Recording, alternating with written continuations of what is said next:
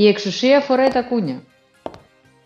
Η εξουσία είναι θηλυκή και την ποθούν όλοι, λέει μια παροιμία παλιά και γνωστή. Όλοι την κυνηγάνε και την περιμένουν, όπως οι μνηστήρες την Πινελόπη. Η εξουσία όμως, όπως και η Πινελόπη, δεν στέκεται αραβωνιαστική απιστή.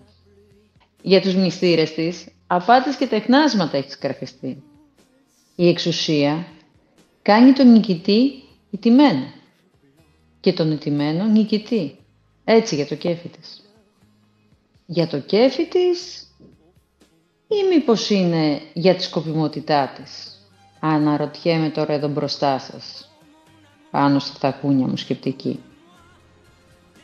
Βλέπεις, κόμματα διαλύονται και μπροστά της εμφανίζονται πάντα σταλμένοι από τη σύμμαχο Αμερική. Η εξουσία δεν υπήρξε ποτέ υπόθεση αθώα και αγαθή.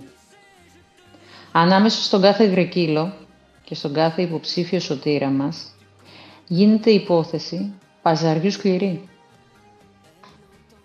Μόλις η ψήφος μας με υπόσχεση πληρωμής εξασφαλιστεί, τότε η εξουσία απειλητική μπροστά μας θα εμφανιστεί. Εξουσία αδίστακτη και επικίνδυνη που με τα κούνια στιλέτο κυκλοφορεί. Στιλέτα που πάνω στην πλάτη σου θα νιώθεις από την πρώτη στιγμή. Η εξουσία φοράει τα κούνια. Έμπειρη τροτέζα, κάθε κόμματος και κρεβατώματος, που με τα λούσα της τη φτωχή ζωή μας προκαλεί. Πιο επικίνδυνο θηλυκό από την ψήφο η εξουσία, κάτω από τα τακούνια της σε βάζει και σε πατάει χαμογελαστή. Έτσι, η αντίδραση δική σου γίνεται μέσα από τις παντόφλες σου, τη δειλία. Η εξουσία φοράει τα κούνια καρφί σε όλα τα χρώματα, από το εργατικό κόκκινο μέχρι το βασιλικό μπλε. Αλλή μονό μας ξυπόλυτε ψηφοφόρε. Τα στιλέτα της εξουσίας στην πλάτη μας μπαίνουν πολύ βαθιά.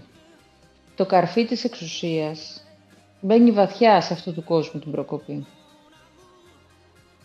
Η εξουσία τα τακούνια της θα σπάσει μόνο όταν πάψει να βρίσκει για δρόμο τη δική μας πλάτη. Μέχρι τότε κοίτα την, να κόβει βόλτες μετρώντας για νόμιμα τα κλεμμένα. Όταν όμως η εξουσία χάσει τα τακούνια της και ξυπόλυτη γυρίζει, τότε το κάθε παιδί ζεστά παπούτσια και όνειρα κερδίζει. Γι' αυτό ακριβώς το λόγο, κυρία εξουσία, πρέπει να σε αφήσουμε ξυπόλυτη. Ξυπόλυτη. Αυτό είναι το ζητούμενο. Αυτό είναι το ζητούμενο.